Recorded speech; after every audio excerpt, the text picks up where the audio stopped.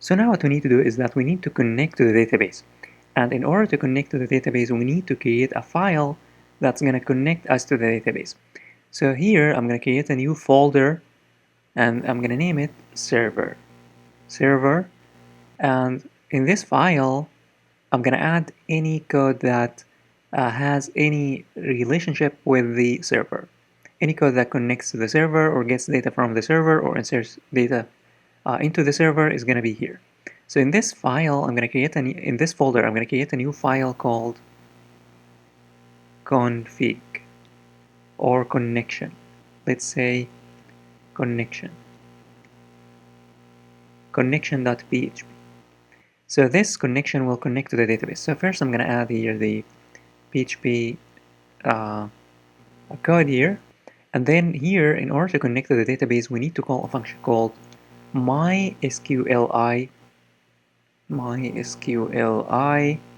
underscore connect.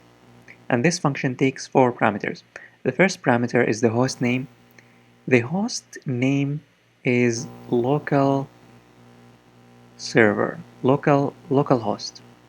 Localhost for because I'm currently using the localhost. The second parameter is the username. So the username, in order to get the username, you need to get to the database, and I have already explained this. So the username in your database, if you click on user accounts, you should find so many accounts. So the account that I'm going to be using, since I'm using the localhost, I'm going to be using this one, root localhost, and the password is no. There is no password, and the global privileges is all privileges. So again, the username is root and the password is nothing. So the second parameter is the username. The username is root, and the third parameter is the password. So the password is nothing. So we need to pass here nothing. We need to pass empty quotes. The last parameter is the database name. So the database name, remember the database name is PHP underscore project, this database, PHP underscore project. Therefore, I'm going to pass here PHP underscore project. And I'm going to store this in a variable called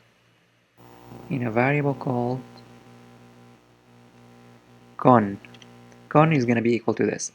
And instead of adding semicolon at the end, I'm going to say here or die. So what this is going to do is that it's going to attempt to connect to the database.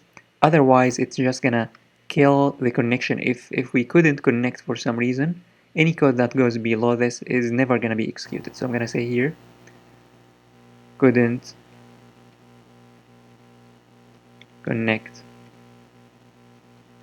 to database. Pretty simple. So that's it. In order to connect to the database, we just need this line of code, and then we can use this file in any other file that needs connection to the database. Lastly, we need just to click on File and then Save All.